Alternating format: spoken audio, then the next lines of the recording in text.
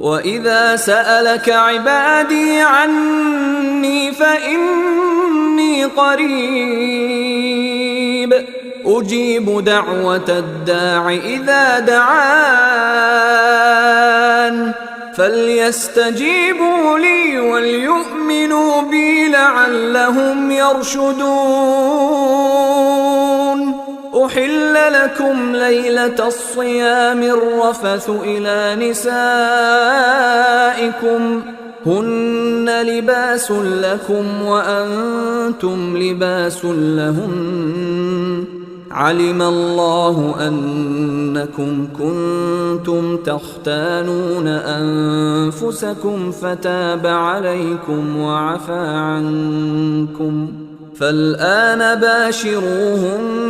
وَابْتَغُوا مَا كَتَبَ اللَّهُ لَكُمْ وَكُلُوا